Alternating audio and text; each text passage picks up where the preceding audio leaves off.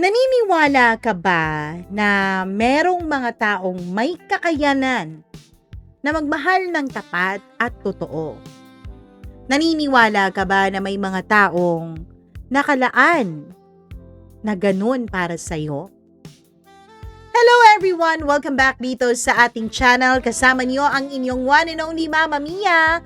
Panibagong araw, panibagong kwento na naman ang pagsasaluhan natin for today's video. And syempre, may live on-cam video pa rin tayo. Ganun eh. Charot. Parang nakakasiguro na parang walang mangyayari sa video na to, no? Pero bago ang lahat ng yan, nais ko pong sabihin sa inyo na super worth it ang oras ninyo para sa kwentong to. As in, maging ako talagang masasabi kong napakaganda, legit na maganda ang kwento natin for today. Pero gusto nyo rin ng legit na mga magaganda at original, authentic na mga produkto? Pakibisita na po ng Facebook page ng Shop in Style at manood kayo sa kanilang pa-live everyday at umorder na rin kayo dahil nako makaka-vouch po si Mama Mia na napakaganda at syempre original ang mga benta dyan. So go ahead na umorder na kayo now na. Hindi na natin to patatagalin dahil na-excite na rin ako sa kwentong to. Kaya eto na ang ating kwento dito lamang sa Dear Mama Mia.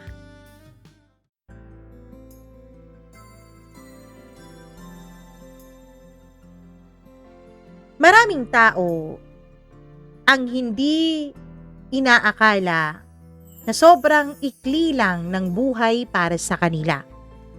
Maraming tao na akala nila marami pang bukas na darating.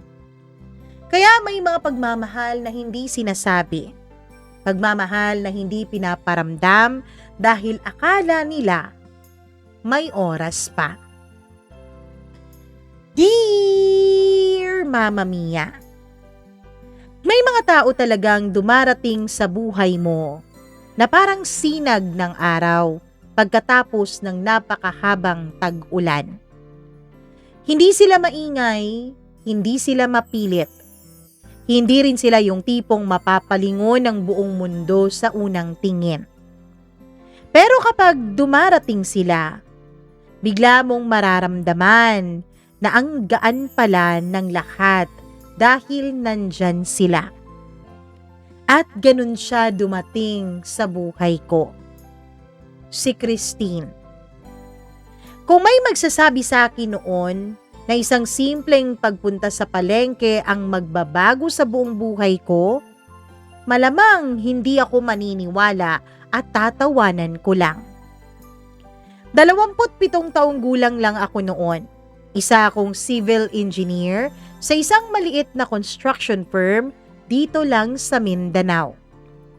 Hindi ako mayaman pero sapat ang kinikita ko para suportahan ang nanay kong biyuda at ang bunso kong kapatid na nasa kolehiyo noon. Simple lang ang buhay ko. Trabaho, uwi, tulog, paulit-ulit. Hindi ako yung tipo ng lalaking mahilig manligaw. Sa totoo lang, 2 beses pa lang akong nagkaroon ng seryosong relasyon. At pareho ring nauwi sa hiwalayan. Kaya nung panahon na yun, tinanggap ko na baka hindi talaga para sa akin ang magkaroon ng magandang love story. Hanggang sa isang Huwebes ng umaga. Kuya, pakiabot nga po ng sibuyas. Napalingon ako.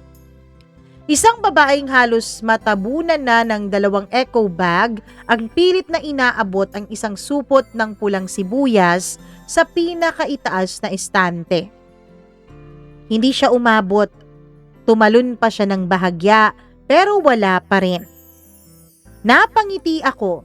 Lumapit ako at walang sabi-sabing inabot ko sa kanya yung sibuyas. Eto, napalingon siya. Nagtama ang mga mata naming dalawa. At sa unang pagkakataon, sa loob ng maraming taon, parang huminto ang paligid. Hindi dahil napakaganda niya. Kung tutuusin, simple nga lang ang itsura niya eh. Nakasuot siya ng puting t-shirt, kupas na maong, tsinelas, tsaka nakapusod ang kanyang mahabang buhok. Wala siyang suot na makeup. Wala ring mga mamahaling alahas. Pero yung ngiti niya ay parang napakaliwanag na bumbilya sa araw na yon. Salamat. Sakto lang kasi ang tangkad ko eh. Sabi ko. Sakto naman na matangkad ako. Sabi ko na siyang nagpatawa sa kanya. Hindi ka matangkad. Napakunot na o ako. Hindi. Hindi.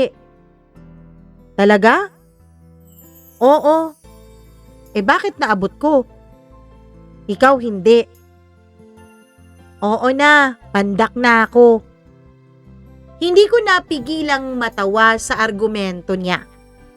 Ay ganun? Oo.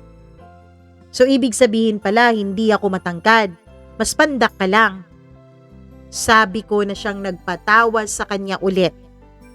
Yung tipong walang kaarte-arte, walang pag-iinarte. Yung totoong tawa ng isang taong totoong masaya.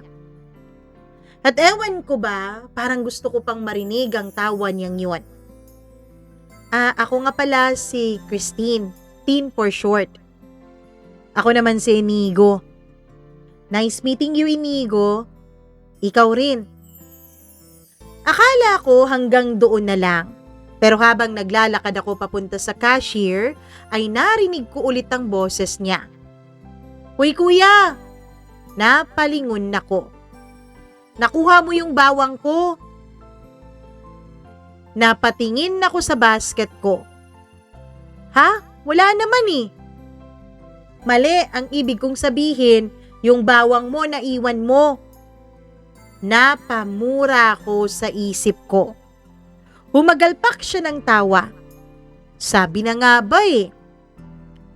Hindi ko alam kung bakit pero pagkatapos naming magbayad ay sabay kaming lumabas sa grocery na yun, Mama Mia.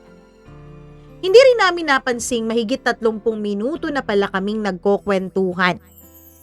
Napag-alaman kong isa siyang teacher pala sa isang pampublikong elementary school. 25 taong gulang siya. Mahilig magbasa ng mga romantikong nobela. Mahilig umakyat ng bundok. Mahilig magkape at sobrang daldal niya. Hindi awkward ang usapan namin. Ang totoo niyan parang matagal na kaming magkakilala. Bakit wala ka pang asawa? Tanong niya habang naglalakad kami. Grabe ah, personal agad yung tanong mo ah. Nakakailang ba? Sorry ah. Hindi, di naman nakakailang. So, bakit nga? Natawa ako. Sa wala pa eh. Bakit nga wala pa? Wala lang. Hindi ako naniniwala sa'yo. Sabi niya.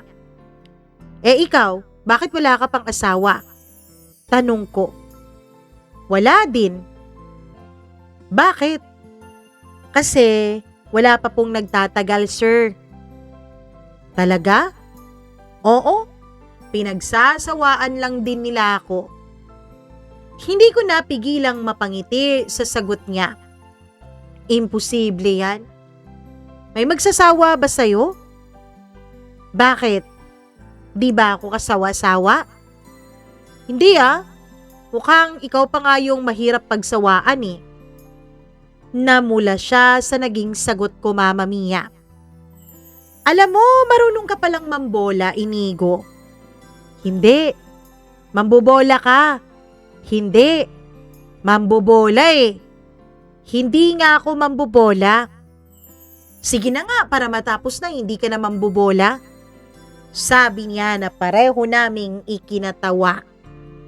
Pagkatapos noon, hindi ko na malayang hinahanap-hanap ko na ang presensya niya. Nagsimula ang lahat sa isang simpleng chat. Good morning. Good morning din. Kumain ka na ba? Oo. Ikaw? Oo rin. Hanggang sa naging, kamusta ang araw mo? Eto, pagod. Bakit? Makukulit yung mga estudyante. Talo ka pala. Bakit? Kasi mas makukulit ang mga engineers. Pagkatapos nun, nagtatawanan na kaming dalawa. At hindi nagtagal, hindi na kumpleto ang araw ko kapag hindi ko siya nakakausap. Lumipas ang 3 buwan, naging regular na ang pagkikita naming dalawa. Tuwing Sabado, dahil pareho kaming walang pasok, ay nagkakape kami. Tuwing Linggo naman ay sabay kaming magsisimba. Kapag may oras, maglalakad lang kami sa boulevard habang nanonood ng paglubog ng araw. Hindi kami maluho, Mama Mia. Hindi kami mahilig sa mga mamahaling dates. Masaya na kami sa fishball, sa mais, sa isang basong malamig na buko juice. Minsan habang nakaupo kami sa seawall, tahimik lang kaming pinapanood yung dagat. Bigla niyang hinawakan ang kamay ko. Ang tahimik mo ah. Wala, tinitingnan lang kita. Bakit? Masaya kasi ako. Sagot ko na ikinangiti niya. Ganon? Oo. Bakit ka naman masaya? Hindi ko alam eh. Ang tamad mo namang sumagot. Hindi kaya? So ano nga, bakit ka nga masaya? Makulit niyang tanong. Hindi ko maipaliwanag. Subukan mo lang, teacher ako 'di ba? Baka madugtungan ko yung paliwanag mo. Huminga ako ng malalim. Tingin ko kasi ikaw yung klase ng tao na kapag kasama ko, parang gumagaan ang lahat. Kaya sumasaya ako. Hindi siya nagsalita, Mama Mia.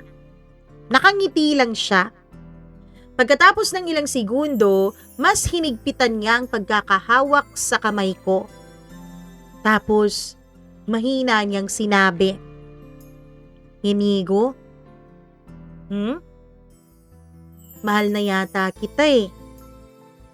Pakiramdam ko noon, Mama Mia, ay para bang huminto ang tibok ng puso ko. Hindi dahil sa gulat, kundi dahil naunahan niya ako. Dahil yun din mismo ang gusto kong sabihin sa kanya. Ngumiti ako. Tiningnan ko siya sa mga mata. At sa unang pagkakataon, buong puso kong inamin din sa kanyang nararamdaman ko. Mahal na rin kita, Tin. At sa gabing yun, magkahawak ang aming kamay habang unti-unting lumulubog ang araw sa abot tanaw. Naniwala akong wala nang hihigit pa sa saya ng sandaling yun, Mama Mia. Ang hindi ko alam, yun pa lamang pala ang simula ng pinakamagandang kabanata ng buhay ko.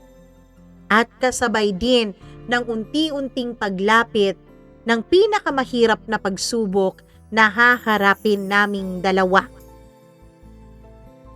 Mama Mia, may mga taong naniniwala na ang pag-ibig ay nasa mga malalaking sorpresa, sa mamahaling regalo, sa bouquet na halos hindi na mabuhat-buhat sa laki, sa singsing na kasing-kinang na ng araw. Pero kami, natutunan naming ang tunay na pag-ibig ay makikita sa maliliit na bagay. Sa simpleng kumain ka na ba? Sa paghihintay kahit late ang isa. Sa paghatid kahit kaya namang umuwing mag-isa. At sa pananatili kahit walang dahilan para pamanatili. 6 na buwan matapos kaming maging magkasintahan ni Tin, parang wala ng araw na hindi kami magkasama.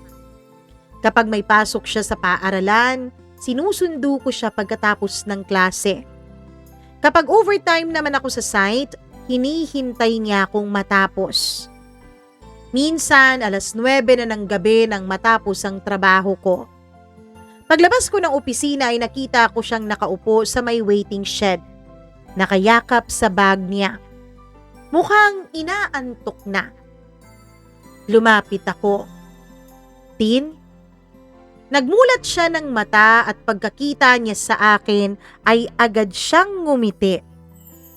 Finally, sabi niya na napailing ako. Kanina ka pa ba dito? Tanong ko. Mga 2 oras na.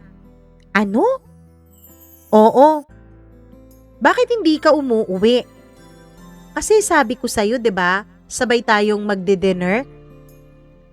Napahawak ako sa noo ko. Tin, pwede namang sa ibang araw na.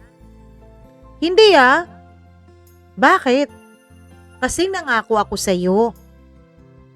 Napabuntong hininga ako. Pasensya na. Ngumiti lang siya. Hindi mo kailangang humingi ng sorry. Sabi niya. Bakit? Kasi ang importante, dumating ka pa rin. At hindi pa naman nagbago yung araw, di ba? Yun ang isa sa mga katangian niyang pinakamamahal ko, Mama Mia. Hindi siya madaling magalit. Hindi siya mahilig magbilang ng pagkukulang. Mas pinipili niyang unawain kaysa magreklamo. Kaya sa bawat araw na lumilipas, mas lalo talaga akong nai-in love kay Tin. Isang linggo ng umaga matapos kaming magsimba, naglakad-lakad kami sa may park, Mama Mia. Maraming mga batang naglalaro. May mga pamilya ding nagpipiknik. May mga mag-asawang may kasamang maliit na babae. Nakaupo kami sa damuhan nang biglang magsalita si Tin. Inigo, ilang anak ang gusto mo? Nabulunan ako sa iniinom kong tubig. Ano? Tumawa siya. Seryoso ako, ilang anak ang gusto mo? Teka. Anong teka? Ang aga naman yata ng tanong na niyan. Answer me. Napakamot ako sa ulo. Ewan. Isa ba? Hindi. 2? Pwede. 3? Depende. Depende saan? Sa budget, sagot ko. Humagalpak siya sa kakatawa. Engineer ka nga talaga. Iniisip mo lagi ang budget ng materials. Lahat kinukompute mo. Abay, syempre. Ako, hindi mo ba ako tatanungin kung ilang anak ang gusto ko? Ano? Gusto ko ng 3 anak, Inigo. 3 agad? Oo. Bakit 3? Kasi masaya. Napailing ako. Ikaw ang mag-aalaga? Oo. Ako, anong gagawin ko? Tanong ko. Ikaw ang magluluto. Ha? Hindi ako marunong magluto eh. Di magsanay ka para maging marunong ka pagdating ng panahon. Napangiti ako habang pinagmamasdan siyang nakatingin sa mga batang nagtatakbuhan. Tahimik siyang nagsalita. Gusto kong magkaroon ng pamilya. Gusto ko yung simple lang.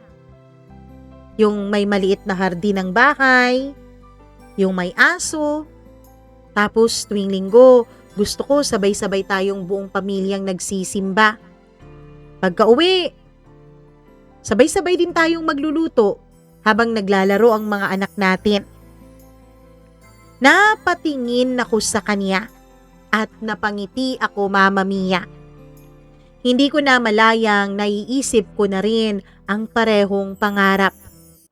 Kaya hinawakan ko ang kamay niya. Tutuparin natin yan. Totoo? Lingon niya. Totoo. Promise yan ha? Promise, sabi ko. At sa araw na yun, pareho kaming naniwalang ang mga pangarap ay sapat ng panghawakan para mabuo ang kinabukasan. Ang hindi namin alam, hindi pala lahat ng tao ay kayang tuparin ang kanyang mga ipinangako. Kasi may mga pangakong ang Diyos mismo ay may ibang plano. kaya hindi yun matutupad. Lumipas ang 1 taon, mas tumibay pa ang relasyon naming dalawa ni Tin. Kilala na ako ng pamilya niya, mahal na rin siya ng nanay ko. Tuwing may handaan, hindi talaga kumpleto kapag wala si Tin. Tinatawag na siyang anak ng nanay ko. Ang tatay niyang strikto sa akin nung una ay ako na mismo ang niyayaya niyang maglaro ng chess. Minsan pa nga habang nag-iihaw kami sa bakura nila ay nilapitan ako ng tatay niya. Inigo, po, may balak ka ba sa anak ko? Napakamot ako sa batok. Meron po. Anong balak yan? Yung pakasalan po siya. Kailan naman? Huminga ako ng malalim. Kapag nakaipon na po, tumango siya.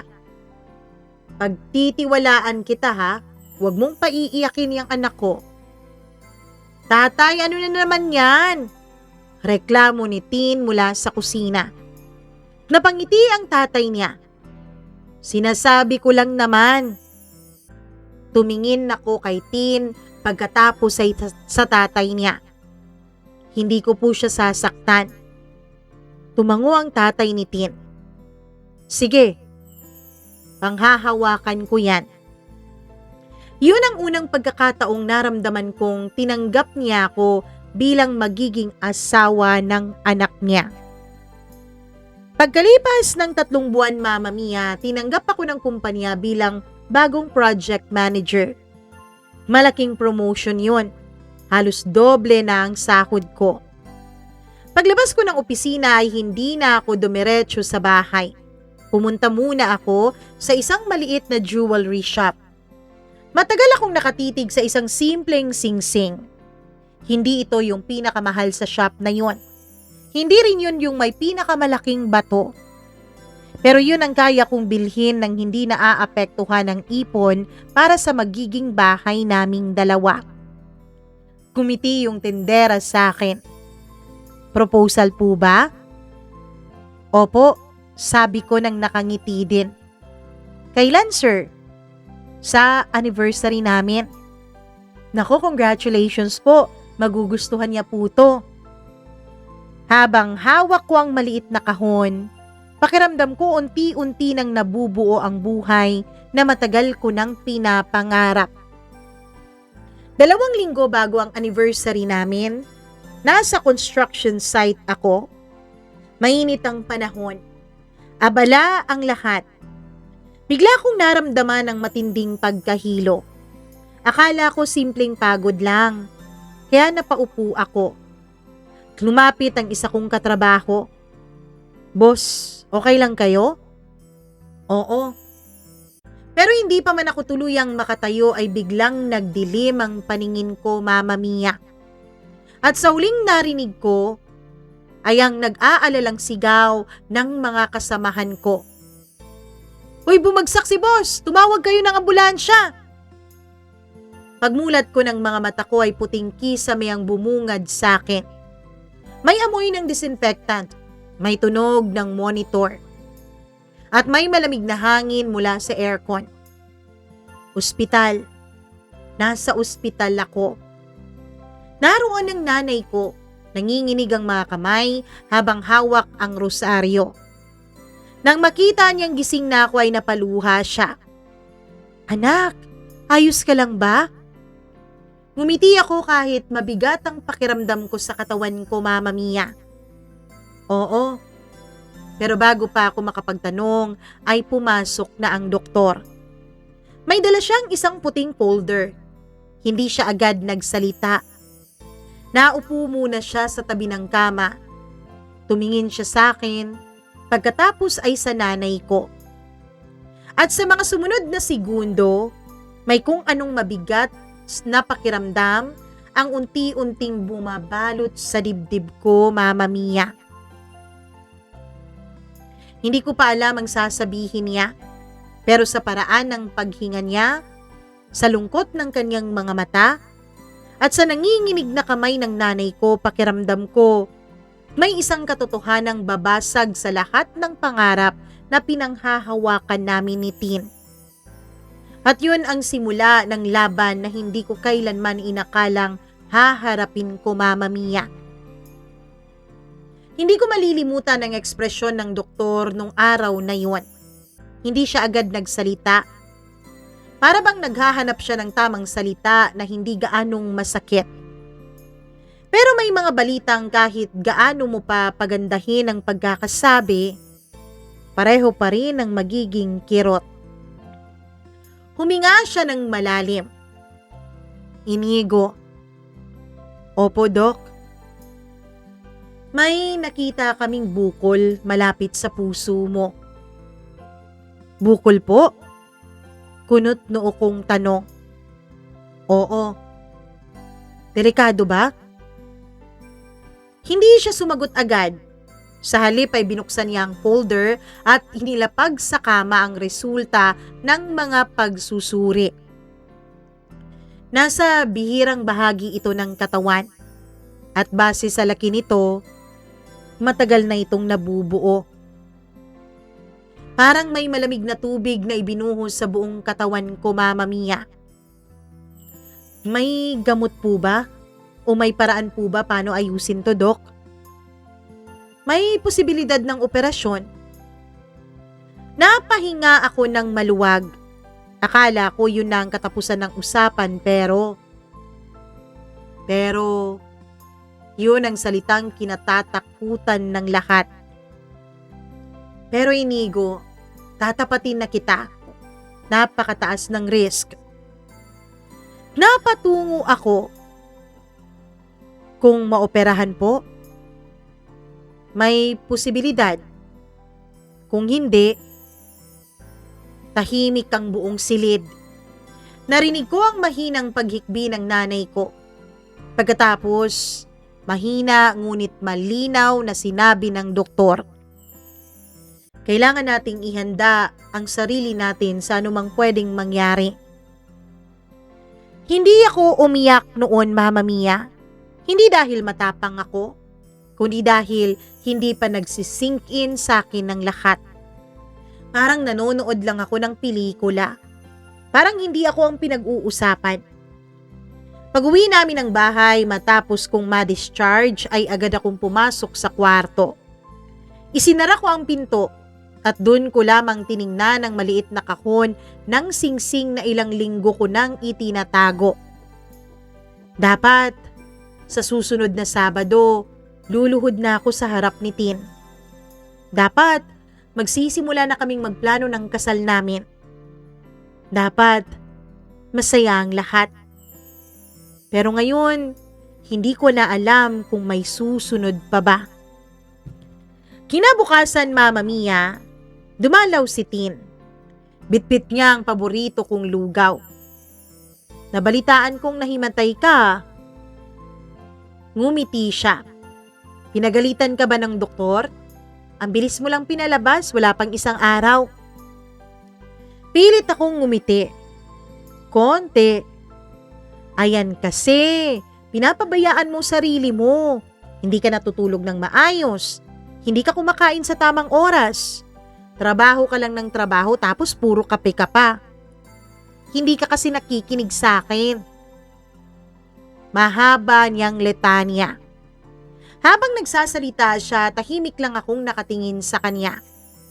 Napansin niyang hindi ako sumasagot. Bakit? Tanong niya. Wala. Sigurado ka ba? Baka may dinadamdam ka ha? Baka may problema ka. Tumango ako. Pero kilalang kilala niya ako, Mama Mia. Lumapit siya at hinawakan ng mga kamay ko. Inigo, may problema ba? Napalunok ako, Mama Mia. Gusto kong sabihin ang totoo. Gusto kong yakapin siya at umiyak sa mga balikat niya. Gusto kong sabihin na natatakot ako. Na baka hindi ko na siya makasama sa pagharap sa altar. Na baka hindi ko na marinig ang tawag sa akin ng mga magiging anak namin. Na baka wala na akong oras. Pero hindi ko ginawa. Sa halip ay ngumiti lang ako at nagsinungaling. Pagod lang ako. Pero hindi siya kumbinsido. Kahit na gano'n, niyakap niya ako. At sa yakap na yon ay halos mabasag ang puso ko, Mama Mia. Lumipas ang mga araw, sunod-sunod ang mga laboratory sa akin. MRI, CT scan, blood test, biopsy. Habang dumarami ang resulta, mas lumilinaw ang katotohanang pilit kong tinatakasan. Hindi simpleng bukol ang sakit ko. Isa itong agresibong uri ng tumor na unti-unting sumasakal sa puso ko. At kahit operahan, walang kasiguruhan. Isang gabi, tinawagan ako ng doktor. Available ka bang pumunta sa ospital bukas? Opo. Sige, pumunta ka, Inigo. Kailangan na nating pag-usapan ang treatment mo. Pagkababa ng telepono ay napaupo ako sa gilid ng kama. Hindi ko napigilang umiyak. Tahimik lang akong umiyak. Walang hikbi. Hinahayaan ko lang na bumagsak ang mga luha ko. Hindi naman ako natatakot mamatay, Mama Mia eh. Ang kinatatakutan ko, paano na lang ang mga taong maiiwan ko? Makalipas ang 2 araw, nagpunta kami ni Tin sa paborito naming lugar sa tabing dagat. Hindi ko sinabi sa kanya ang tunay kong kondisyon. Sinabi ko lang kailangan kong magpahinga sa trabaho. Tahimik kaming nakaupo habang pinapanood ang alon. Bigla siyang nagsalita. Alam mo, may panaginip ako kagabi. Ano naman? Na iniwan mo raw ako. Napamiti ako ng mapait. Hindi ko gagawin yun. Bakit ko naman gagawin yun sa'yo? Di ko alam. Basta nagising lang akong umiiyak. Tumigil siya sa pagsasalita at tumingin siya sa akin. Natatakot ako, Inigo. Saan? Na baka dumating ang araw na hindi na kita makasama. Parang may humigpit sa paghawak ng leeg ko, Mama Mia. Kung alam lang niya. Ako rin. Araw-araw mula nung nanggaling ako sa ospital, yun ang kinatatakutan kong mangyari. Makalipas ang 1 linggo, tinawag ako ng doktor. Inigo, kailangan na nating magdesisyon. Tungkol saan po, Dok? Sa operasyon mo. Dok, gaano po ba kalaki ang tsansa na magiging maayos ang lahat pagkatapos ng operasyon? Tahimik siyang tumingin sa papel. Pagkatapos ay tumingin siya sa akin. Kung magiging tapat ako, wala pang 50%. Napapikit ako. At kung hindi po ako magpa-opera, Dok, maaaring ilang buwan na lang ang itatagal mo, Inigo. Ilang buwan. 2 salitang parang kidlat na tumama sa buong pagkatao ko. Ilang buwan. Paano magkakasya ang buong pangarap namin sa loob ng ilang buwan, Mama Mia? Kinagabihan, tinawagan ko si Tin.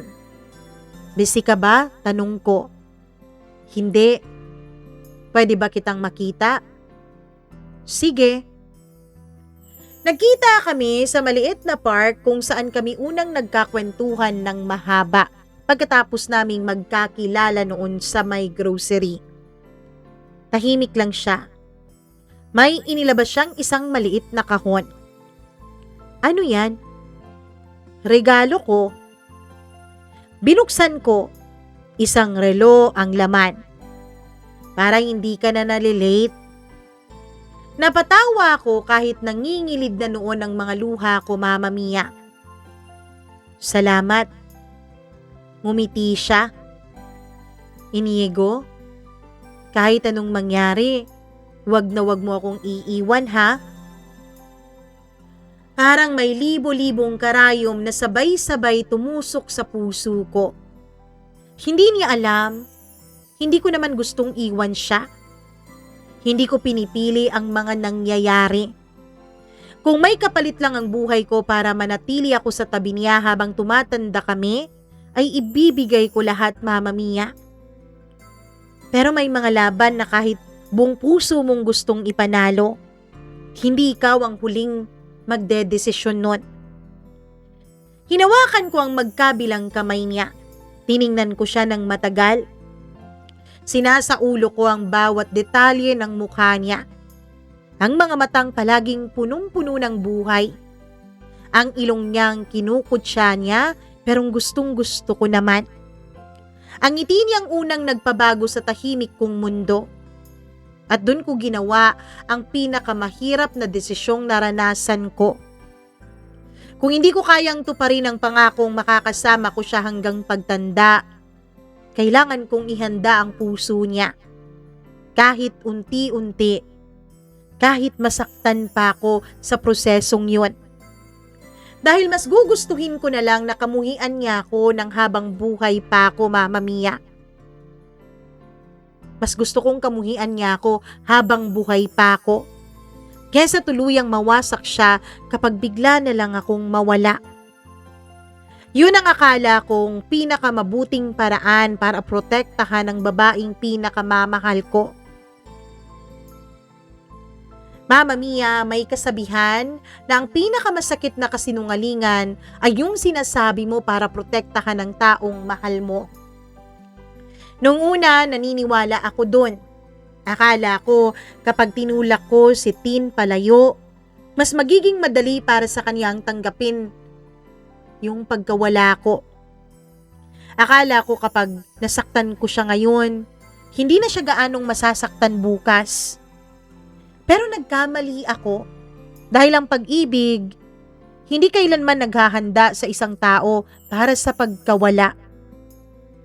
Ilang araw matapos naming magkita sa park noon ay sinadya kong bawasan ang pakikipag-usap ko sa kanya. Hindi na agad ako sumasagot sa mga chat niya. Hindi ko na siya sinusundo sa paaralan pagkatapos ng klase niya. Kapag tumatawag siya, pinapatagal ko bago sagutin. Unti-unti, ginagawa kong parang nawawalan na ako ng pakialam at ng gana sa kanya.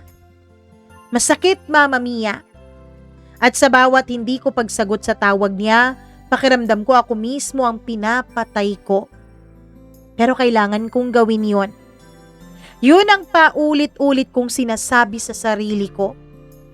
Kailangan kong gawin yon.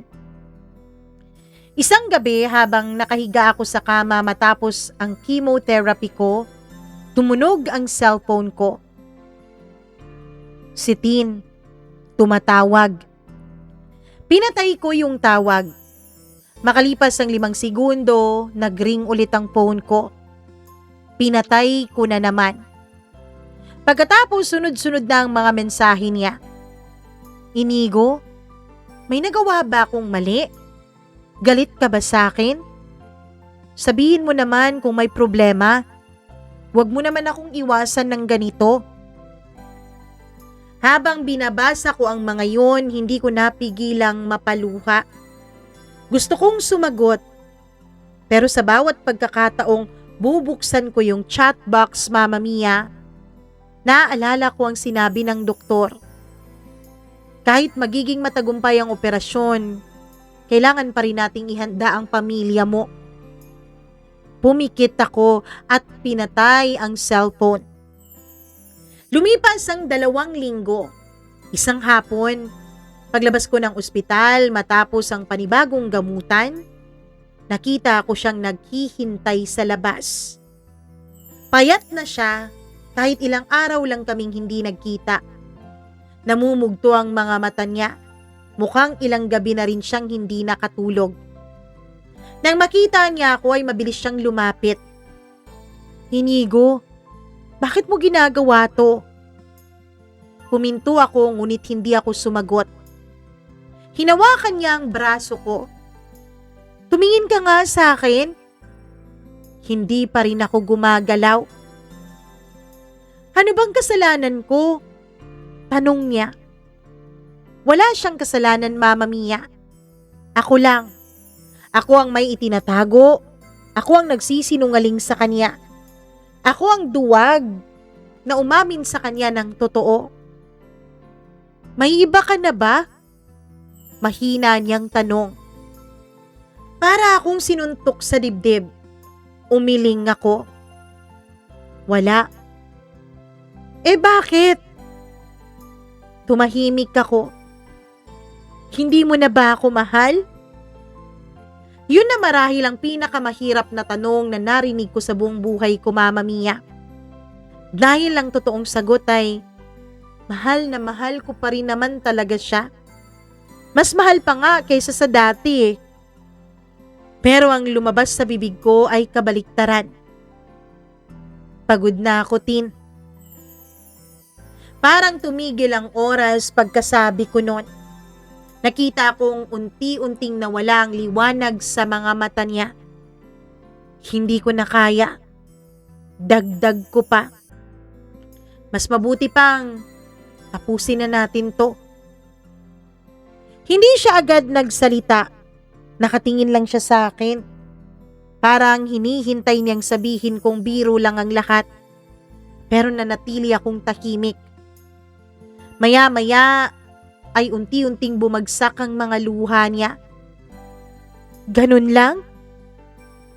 Hindi mo man lang ba ipaglalaban ang pagmamahalan nating dalawa? Magpapatalo ka na sa pagod mo? Tahimik pa rin ako. Huminga siya ng malalim. Ilang sandali pa ay tumango siya. Sige, kung yan ang gusto mo. Mahina ang boses niya, Mama Mia. Tumalikod siya.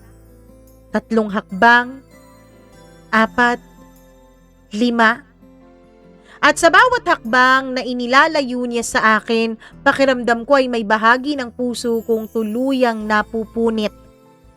Gusto ko siyang habulin. Gusto kong isigaw ang katotohanan pero hindi ko ginawa. Nakatayo lang ako doon. Habang pinapanood ko ang babaeng pinakamamahal ko na unti-unting lumalayo. Nang mawala na si Tin sa paningin ko, hindi na kinaya ng katawan ko. Bigla akong nanghina. Napaupo ako sa gilid, Mama Mia. Sunod-sunod ang paghinga ko. Parang may malaking batong dumadaga noon sa dibdib ko. Lumapit ang nanay ko na naghihintay lang sa sasakyan. Inigo! Sigaw niya at niyakap niya ako. At doon sa unang pagkakataon, simula nang malaman ko ang sakit ko, ay humagulgul ako sa harap ng nanay ko. Ma, nasaktan ko siya. Nanginginig ang boses ko. Paulit-ulit kong sinabi yon habang umiiyak na parang bata. Nasaktan ko siya, Ma. Inimas lang ako ng nanay ko sa likod. Pareho kaming umiiyak dahil pareho naming alam na wala na kaming ibang magagawa. Lumipas ang halos 1 buwan.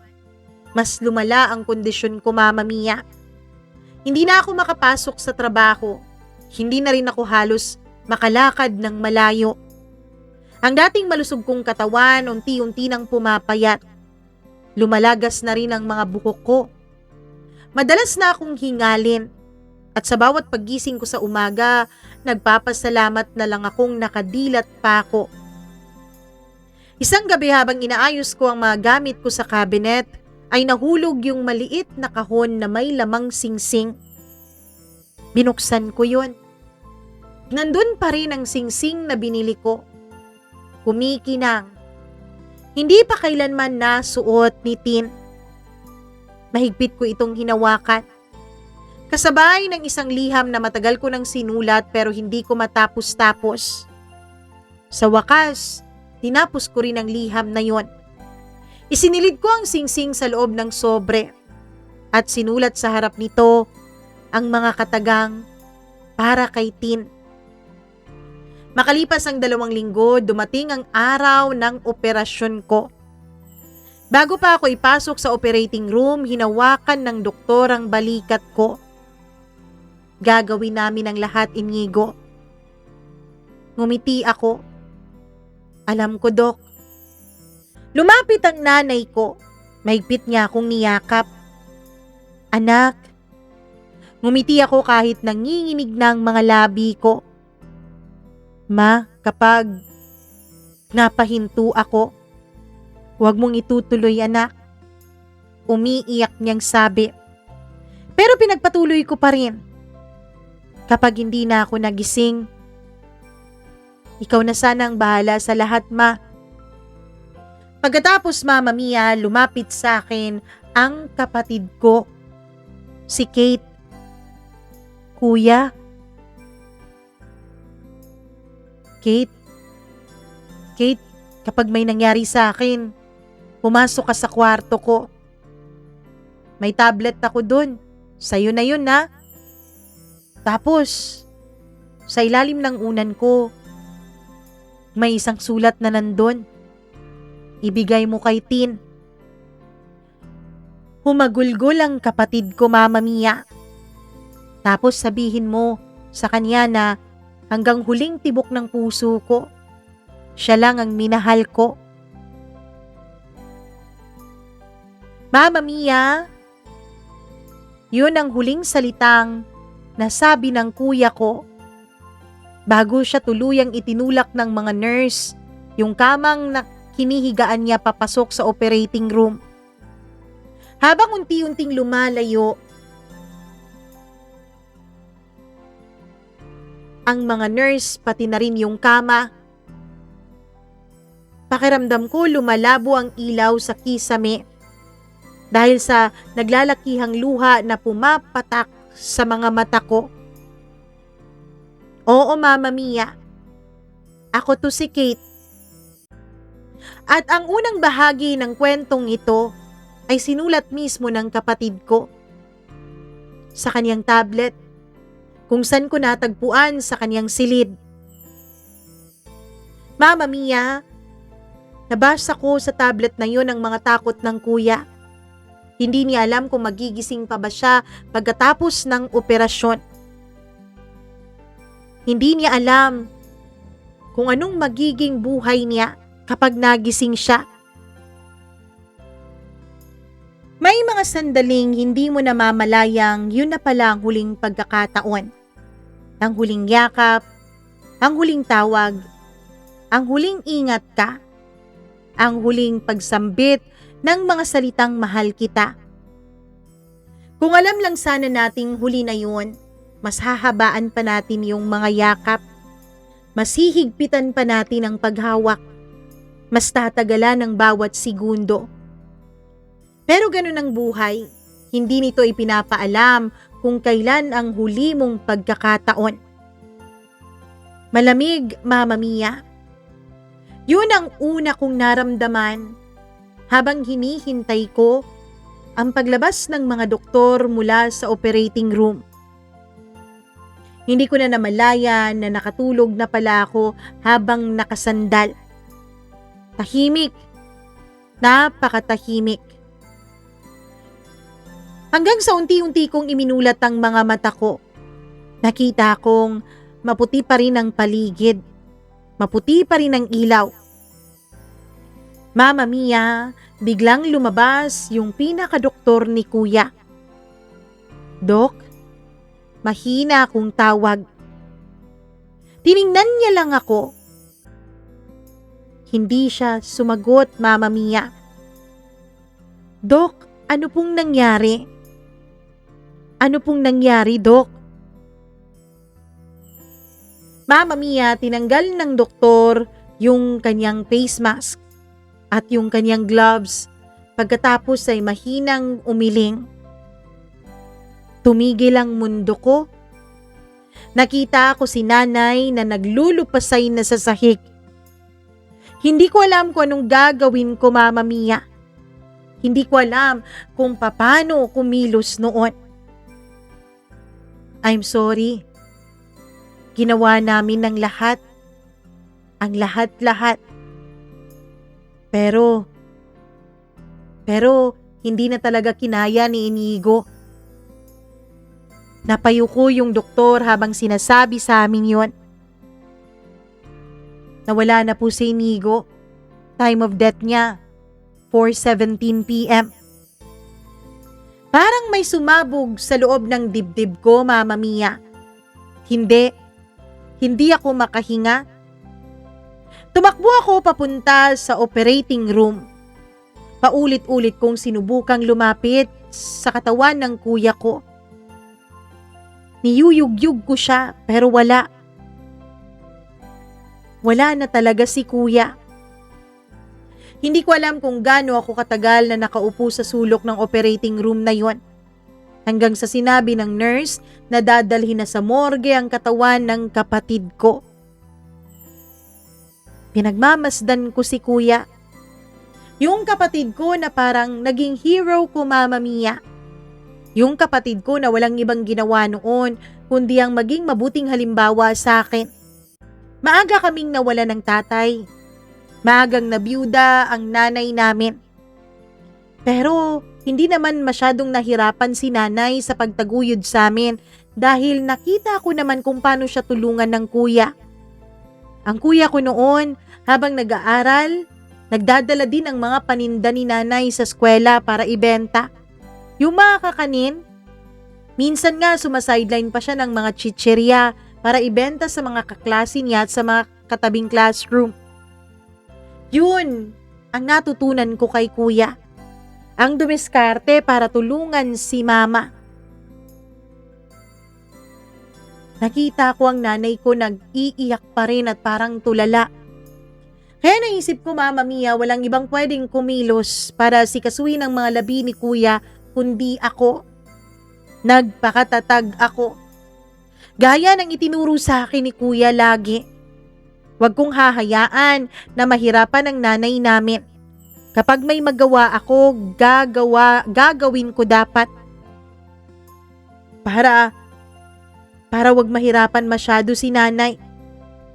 At kahit na hirap din ako, kahit na hindi ko rin alam kung paano magluksa, kung paano ipagpatuloy ang buhay ko, Mama Mia, kumilos ako. At nung ibinurol na nga si kuya, nakita kong dumating si Ate Tin. Hindi ko talaga lubos maisip na meron palang totoong pangyayari sa buhay pag-ibig ng isang taong ganito. Mama Mia, lumuluhod si Ate Tin dun sa harap ng kabaong ni kuya. Iyak siya ng iyak. Tanong ng tanong kung bakit nagawa iyon ni kuya. Kung bakit inilihim ni kuya ang kaniyang sakit sa kanya. Wala naman akong kaalam-alam noon. Di ko naman alam na nilihim pala nila kay Ate Tin ng totoo. Na silang dalawa pala ni nanay ay hindi sinabi kay Ate Tin ang katotohanan. Dahil abala ako noon sa pag-aaral ko, akala ko nakipaghiwalay si Ate Tin kay kuya matapos niyang malaman ang totoong kondisyon nito. Pero hindi pala. Mama Mia,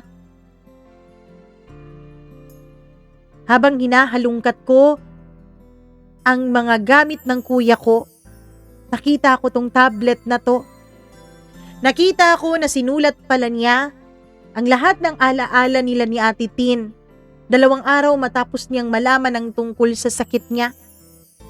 Sinabi pa niya na isinusulat daw niya ito dahil ang gusto niya ay may alaala ang kanilang pag-ibig. Doon ko naalala yung sinabi ni kuya.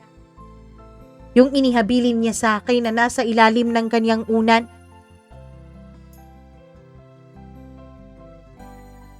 Nakita ko ang isang liham. Gustong-gusto ko yung buksan. Gustong-gusto kong malaman ang totoo. Pero pinigilan ko ang sarili ko. Matapos ang libing ni kuya, ay natahimik ang buong bahay. 2 araw matapos noon, ay bumalik ako ng sementeryo para kausapin ang kapatid ko. Doon ko nakita si Ate Tin. Mag-isa, nakaupo sa harap ng puntod ng kapatid ko. Hawak-hawak niya ang isang lumang litrato nilang dalawa. Payat na si Ate Tin. Namumugto ang mga mata niya. Parang may ilang linggo nang walang maayos na tulog. Tahimik lang siyang nakatingin sa pangalan ng kapatid ko sa lapida. Hindi niya namalayan na lumapit ako. Mahinang nagsalita si Ate Tin. Inigo, bakit? Bakit hindi mo sinabi sa akin ang totoo? Kung nalaman ko lang, sana naalagaan kita. Sana naiparamdam ko sa'yo ang pagmamahal ko. Humagulgol si Ate Tin kaya hindi ko na napilitang tawagin siya. Ate Tin? Kate? Kate, anong ginagawa mo dito? Nandito ako para bisitahin si Kuya. Ate, gusto kong humingi ng tawad sa'yo. Hindi ko alam kung anong rason ni Kuya, pero sigurado ako may rason siya kung bakit hindi niya sinabi sa'yo ang totoo. Ate, may ibibigay pala ako sa'yo. Pinabibigay ni Kuya. Inilabas ko yung sobre, Mama Mia. Pati na rin yung kahon na may laman na singsing. Nanginginig ang mga kamay niya na binuksan yon. Pagkatapos, Mama Mia, ay malakas niyang binasa yung sulat ni Kuya. Unti-unting bumabagsak ang mga luha sa mga mata niya. Mahal kong Christine, kung binabasa mo na ito, ibig sabihin hindi na ako nakabalik. Pasensya ka na kung nagsinungaling ako. Hindi dahil nagsawa ako, hindi dahil may iba, kundi dahil natakot akong makita kang unti-unting nawawasak habang pinapanood mo akong mawala. Akala ko kapag pinalayo kita, mas magiging madali para sa iyo ang lahat. Pero mali pala ako. Sana malaman mo na hanggang sa huli, ikaw lang ang laman ng puso ko. At kung may isang pangakong hindi ko natupad, yun ay ang makasama ka sa harap ng altar at samahan ka hanggang sa pagtanda nating dalawa. Patawarin mo sana ako kung hindi ko na matutupad ang mga pangako ko. Mahal na mahal kita, Tin. Pagkatapos niyang mabasa ang huling linya, Mama Mia, ay umiyak siya ng umiyak. Hindi ko na napigilan ang sarili ko at nilapitan ko siya at niyakap. Doon siya tuluyang humagulgol at paulit-ulit na tinatawag ang pangalan ni Kuya. Umiiyak na rin ako, Mama Mia. Hinahawakan ko rin siya. Niyakap. Gusto kong sabihin sa kanya na hindi naman talaga siya iiwan ni Kuya. Gusto kong sabihin sa kanya na alam kong lagi siyang gagabayan ng kapatid ko dahil alam ko kung gaano siya kamahal ni Kuya Inigo. Pero hindi ko alam kung maniniwala ba siya kapag sinabi ko yun. Lumipas ang mga buwan, araw-araw na dumadalaw si Ate Tin sa puntod ng Kuya ko. Alam ko yun dahil araw-araw din akong dumadalaw kay Kuya. Minsan may dalang bulaklak si ate, minsan naman kape. Minsan naman tinapay na sa tansya ko ay paborito nilang dalawa. Kinakausap niya lang si Kuya. Alam kong naririnig siya ni Kuya. Alam kong nandyan sa tabi niya si Kuya kahit hindi niya ito naririnig. Alam mo, na-promote ako. Sabi ni Ate Tin, isang araw na nakaharap sa puntod ng Kuya ko, na parang kinakausap niya ito. Naalala mo ba yung pangarap natin yun? Alam mo, namimiss na kita. Ang hirap matulog, ang hirap tumawa, Hindi ko alam kung paano magsisimula ulit. Sa bawat salitang binibitawan niya, Mama Mia, mas lalo akong naiiyak.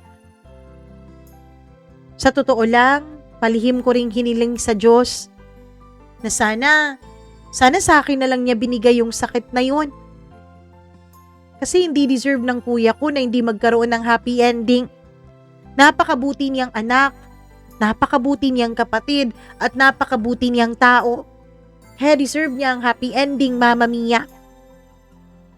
2 taon nang lumipas matapos mamatay si kuya. Isang gabi, Mama Mia, naglalakad ako nung tawagin ako ni Ate Tin. Kate? Ate? Kate, inaabangan talaga kita dito sa bahay niyo. Madilim pa mukhang wala pa ang mama mo. Doon ko napansin na may kasama siyang lalaki, Mama Mia. Kate, eto nga pala si Brando. Bagong boyfriend ko.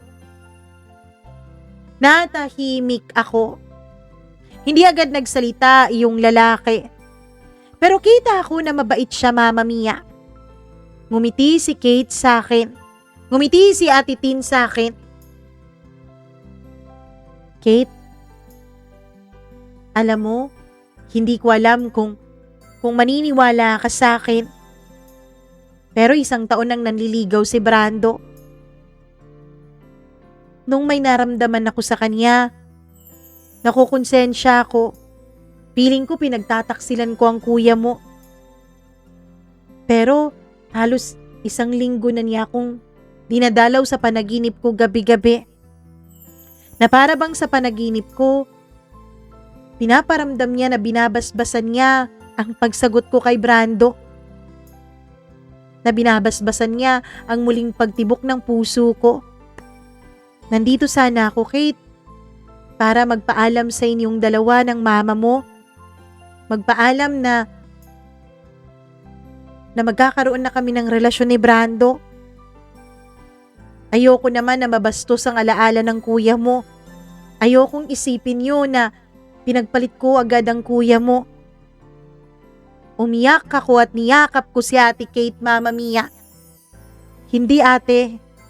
Hindi namin yan iisipin kailanman. Alam namin na totoong minahal mo ang kuya. Alam namin na mahal mo siya. Pero kailangan mo ring mag-move on.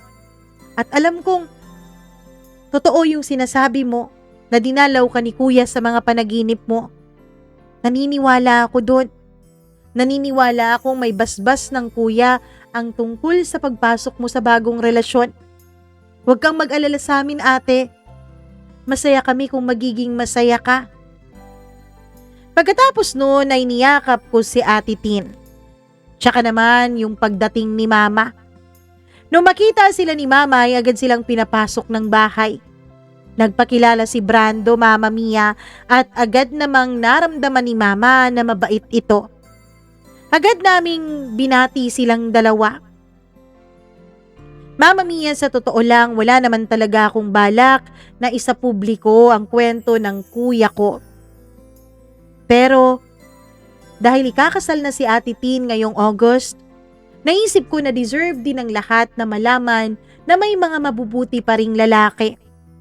Nung nadiskubre ko po itong inyong channel, Mama Mia, ang daming beses ko pong nakarinig ng kwento tungkol sa mga lalaking manloloko. Na para bang wala nang naniniwala na may lalaki pang tapat, na may lalaki pang totoong magmahal. At nandito ako ngayon, ibinabahagi sa inyo ang kwento ng kuya ko dahil isa siya sa mga pinakatapat na lalaking nakilala ko. Maraming salamat po, Mama Mia. At kung makarating man ito kay Ate Tin, ate, wala talaga kaming ibang hangad kundi ang lumigaya ka. At alam namin na magiging masaya si kuya kung nasaan man siya. Lalo na kapag alam niyang masaya ka na rin sa buhay mo. Hanggang dito na lamang po, Mama Mia, at maraming salamat. Lubos na gumagalang, Inigo, at Kate.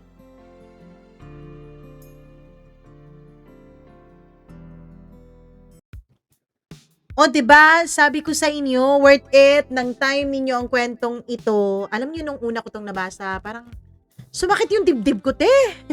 Sumakit yung ano ko. Talagang binasa ko 'to kasi sabi nung editor, "Uy, maganda daw yung kwento. Eto, baka baka i-share mo or baka hindi mo gustong i-share." Parang gano'n. Anyways, maraming maraming salamat, Kate, dahil ibinahagi mo sa amin ang napakagandang kwento ng buhay ng kuya mo. Alam namin na short-lived lang ang buhay niya, pero base sa kwento mo, parang parang nabuhay naman siya na punong-puno ng pagmamahal, nabuhay naman siya ng punong-puno ng kabutihan at yun ang pinakamahalaga. Dahil wala naman yun sa tagal eh. Lahat naman tayo dito sa mundo, darating talaga ang araw na magpapaalam tayo dito, aalis tayo dito sa mundong to. Hindi naman mahalaga kung namatay ka ba ng 70 years old, 80 years old, 100 years old, o 10 years old, or 15 years old, or 20 years old. Ang mahalaga, nakuha at nagawa mo yung purpose mo. Ang mahalaga, naging mabuti kang tao. Ang mahalaga, marami kang buhay na napasaya at marami kang buhay na napagaan habang nandito ka sa mundo. Yun ang pinakamahalaga. At sigurado naman ako base sa kwentong ito na naging mabuting tao si Inigo at marami siyang buhay na napagaan. Although, hindi natin talaga lubos maintindihan kung bakit niya piniling itago ang kanyang sakit sa kanyang kasintahan. Para sa akin, kung meron kayong ganito, kung may nararamdaman kayo tapos itatago nyo sa taong mahal nyo, sana wag, sana hayaan nyo sila na magdesisyon para sa sarili nila, hayaan nyo sila kung paano nila tatanggapin yun, hayaan nyo sila na alagaan kayo, na mas makasama pa kayo habang may natitira pang oras dito sa mundo, 'di ba? Sana gawin 'yon ng ilang mga tao na dumaranas ngayon ng katulad na sitwasyon.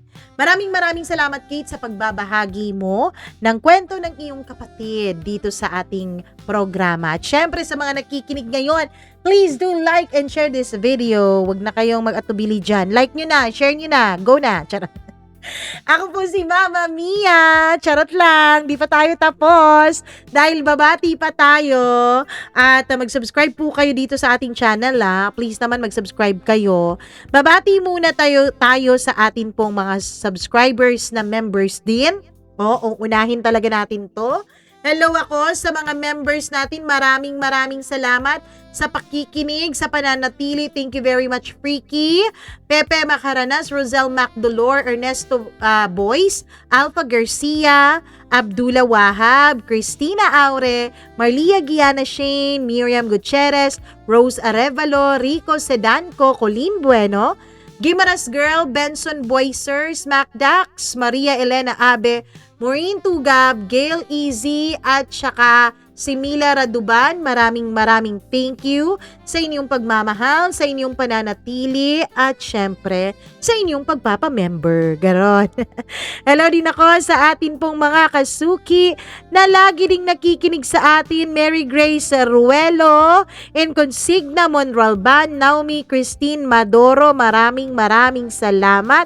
Hello din ako sa ating tagapakinig na si LV, si Maria Kirod. Maraming salamat. Cherry Pomares, hello sa'yo. Hi din ako kay Aksa Heliana, kay Sally Buma, Juvito Tagsip. Maraming salamat. Hello din kay Raisa Sulaiman. Maraming thank you. Glyza Belbar, Ramona Gonzalez, Cha Pasensya, Nancy Helton. Maraming salamat din kay Irene Apahardo. Maraming salamat, Lobelia Tuling, at sa lahat po ng ating mga tagapakinig. Thank you so much po talaga sa pananatili ninyo at sa lagi ninyong pagmamahal. Sana'y huwag kayong magsawa. At sa mga bago dito sa ating channel, welcome po. Ayan, sana makapag-subscribe kayo. Sa mga gustong mag-share ng sarili nilang kwento, gustong marinig ang kwento ng kanilang buhay on the air. On the air ba? online. Di pala on the air. Radio yung on the air. Tsaka TV, no? Tama. Online. Oh. Dapat mag-email lamang po kayo. Ayan po ang ating email address. Yung My Blue, email your story at mamamiacdo0317@gmail.com. Yung Mamma Mia, all in small letters yan ha. Mukhang mali lang talaga yung ano ba itong pagka-edit na to? Mukhang di naman ano. Anyways, maraming salamat. I love you all so much. Mwah! Mag-ingat po kayo palagi. At hanggang sa susunod nating kwento. Bye-bye! Paalam po. Mwah, mwah, mwah, mwah.